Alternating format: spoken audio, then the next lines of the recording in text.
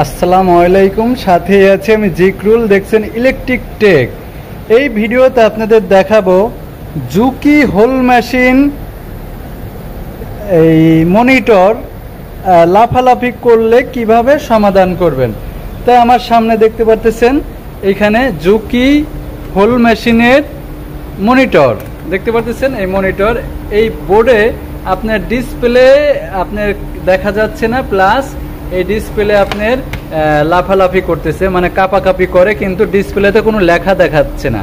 দেখেন আমি জাস্ট খুলে নিয়েছি, দেখেন এই যে ডিসপ্লেটা এইখানে যেরকম দেখতেছেন সেম এরকমই দেখা যাচ্ছে, কিন্তু এই আপনার এই ডিসপ্লেতে কোনো লেখা নাই, কিন্তু মেশিন চলতেছে না।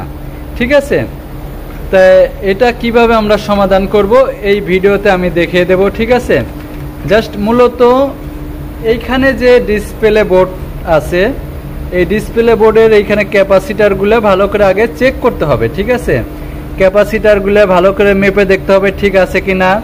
এরপরে যে যে ছোট ছোট যে ট্রানজিস্টারগুলো আছে, এসএমডি ট্রানজিস্টার, হ্যাঁ, এইগুলো খুব ভালো করে চেক করতে হবে মিটার দিয়ে। এরপরে আপনার কি করতে হবে, যে ছোট ছোট যে এসএমডি রেজিস্ট্যান্সগুলো আছে এগুলো ভালো করে চেক করতে হবে। চেক করার পরে দেখবেন কোথাও কোনো ফল্ট থাকবে, তাহলে সেই ফল্টটা বের হয়ে গেলেই আপনি সমাধান হয়ে যাবে। ঠিক আছে, আপনার এখানে যে ভোল্টেজগুলো থাকে 5 ভোল্টেজগুলো ঠিক আছে কিনা, যেখানে যে ভোল্টেজ থাকে এইগুলো লক্ষ্য করবেন। আশা করি আপনার বোর্ড ঠিক হয়ে যাবে। ঠিক আছে, তাহলে আমি এই বোর্ডটাকে এখন কাজ করব।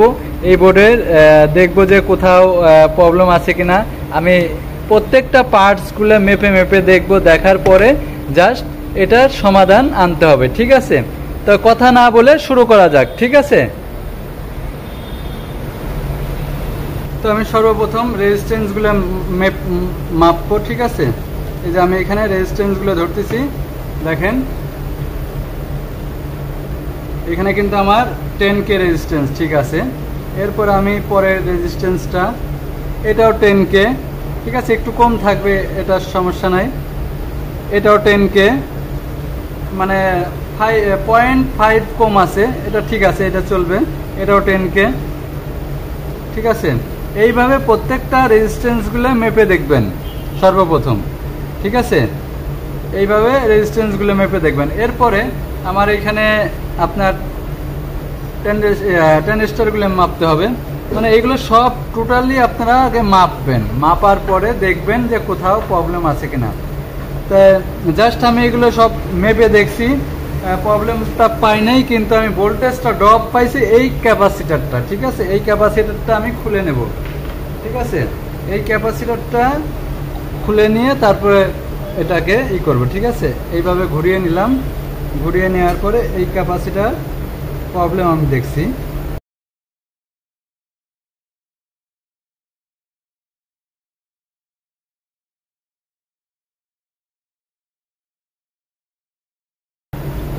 পঞ্চাশ ভোল্ট 1 UF 50 ভোল্ট। ঠিক আছে, 1 UF 50 ভোল্ট এই ক্যাপাসিটার লাগিয়ে দেবো। আশা করি এটা সমাধান হয়ে যাবে, কারণ ভোল্টেজ ড্রপের কারণে এই প্রবলেমটা হয়েছে। ঠিক আছে, তাহলে দেখেন এইটা হচ্ছিল নতুন। ঠিক আছে, আর এটা হচ্ছিল পুরাতন।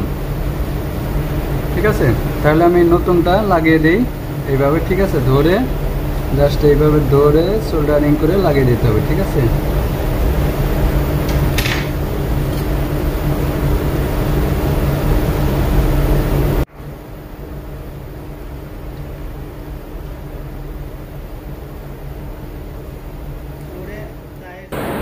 এই বোর্ডের ক্যাপাসিটার লাগানোর পরও আমি অন করে দেখেছি, অন হয় না, আপনার ডিসপ্লে কোনো লাইট আসে না। তারপর কি করলাম, এইখানকার যে 4টে ক্যাপাসিটার, এই 4টে ক্যাপাসিটার আমি চেঞ্জ করলাম।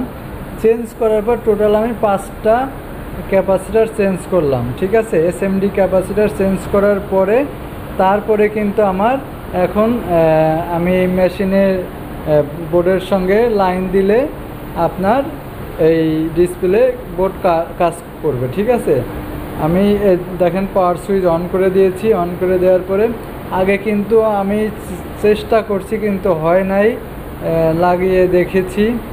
জাস্ট এখন দেখেন আমি যে রেডি বাটনের চাপ দিয়ে রেডি করে দেখাচ্ছি, যে মেশিন চালায় দেখাচ্ছি। দেখেন মেশিন চলতেছে, তার মানে আমার এই বোর্ডটা ঠিক করতে এই 5টা ক্যাপাসিটার লেগেছে। ঠিক আছে, কারণ ভোল্টেজ যদি ঠিক মতো না থাকে সেই কারণে কিন্তু আপনার এই প্রবলেমগুলো হয়ে থাকে। তাই আমি কিন্তু এইখানে ডিসপ্লে বোর্ড সেট করে ফেললাম। সেট করে জাস্ট আমি মেশিন আবার ভালো করে আবার নতুন করে সুইচ অন করে আমি মেশিন চালিয়ে আপনাদের ভালো করে বুঝিয়ে দিচ্ছি। তাহলে ডিসপ্লে বোর্ডে যদি পাওয়ার না আসে এবং কি কাঁপাকাঁপি করে, ডিসপ্লেতে কোনো লেখা যদি না আসে, কিভাবে সমাধান করবেন আজকের ভিডিওতে আমি আপনাদের ভালোভাবে দেখিয়ে দিলাম। ভিডিও ভালো লাগলে লাইক শেয়ার কমেন্টস করবেন, না লাগলে না করতে পারেন। তাই ভালো থাকবেন সবাই, সুস্থ থাকবেন। আজকের মতো এইখানেই বিদায় নিচ্ছি। পরবর্তী ভিডিও দেখার জন্য আমন্ত্রণ রইল।